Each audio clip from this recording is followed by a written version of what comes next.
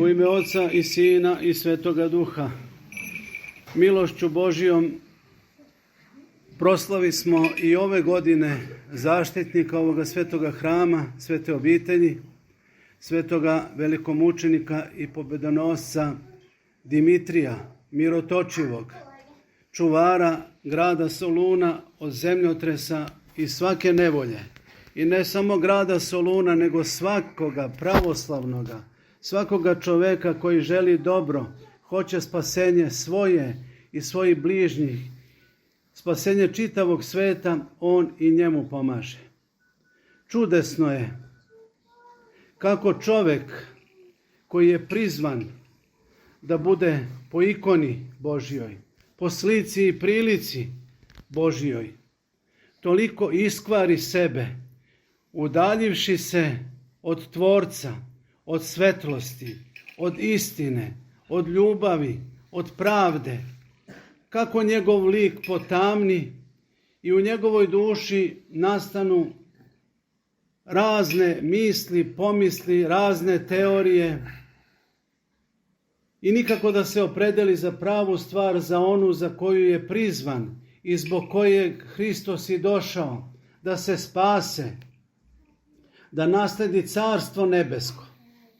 I kaže sam Gospod svojim učenicima: kada vidite da svet vas nenavidi, ne voli vas, neće vas, znajte da su pre vas omrznuli mene. Šta su to omrznuli kod Hrista? Njegovu istinu, ljubav. Najveći čovekoljubac je on, stradao za nas, prolio svoju prečasnu krv, pogreben bio, ali i vaskrsao. Taj put svima nama je poznat i svima nama predstoji, jer bez smrti nema vaskrsenja. I Gospod Bog govori svojim učenicima kada su malo ojačali da ćemo mi hrišćani u svetu imati velike nevolje. Gonit će vas, bacati u tamnice, na sudove izvoditi i govoriti za nas razne reči koje ne pristoje nama, hrišćanima. Ali Gospod kaže: ne bojte se svega toga, ja pobedih svet. Kako je pobedio svet? Pobedio je tako što je silom svojom vaskrsao. I mi ćemo vaskrsnuti. I nama on daje tu blagodat. Ali reko smo, kako čovjek kada se udalji od Boga, onda se udalji i od pravih stvari, od pravih vrednosti i počinje da se vezuje za nešto privremeno, za nešto beznačajno, za nešto ništavno. Jer kad kažem dijamant i zlato, to je sve ništavno. To propada. Ništa od toga ne ostaje.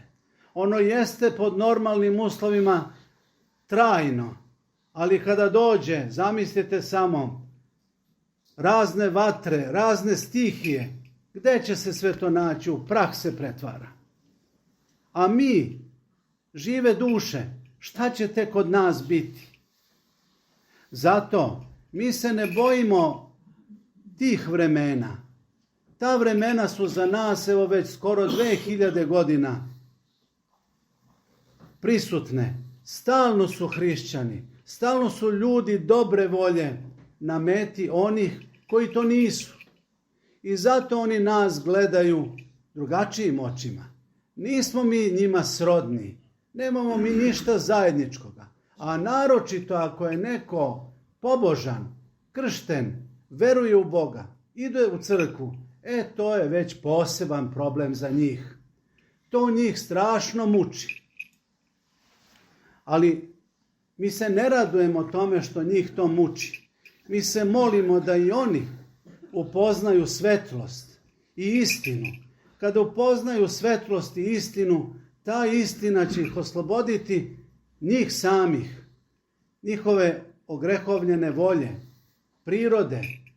Oslobodit će ih sve onoga što ih muči.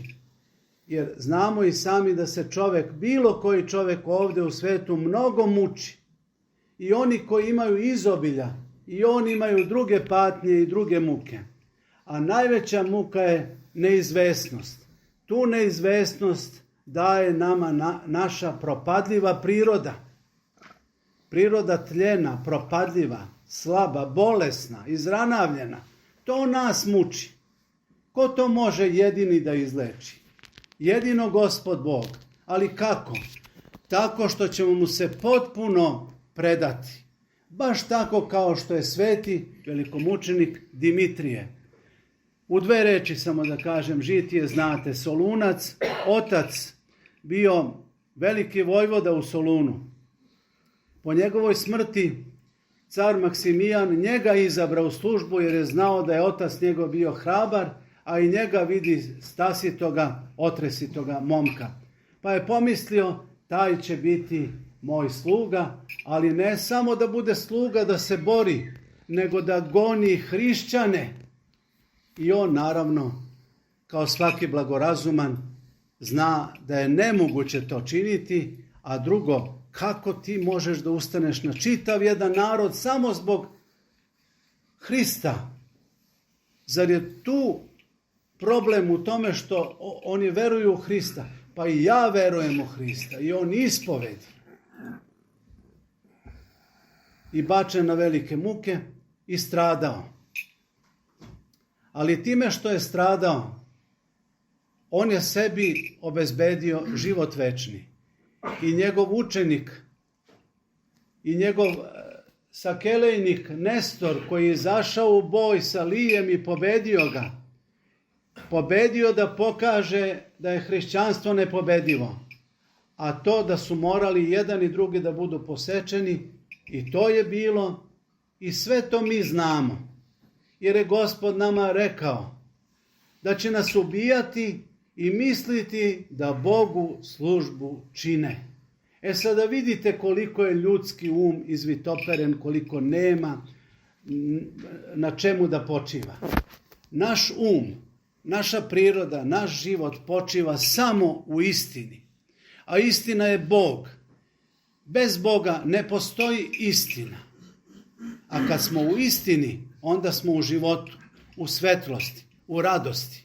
Neka Gospod Bog molitvama svetoga velikomučenika Dimitrija Mirotočivog, Solunskog, sačuva nas od poplave, zemljotresa, svih nevolja, svih nedaća. Neka on posreduje i moli se za nas i neka nas izbavlja, da bismo slavili Boga Oca, Boga Sina, Boga Duha Svetoga u sve vekove i svu večnost. Amen.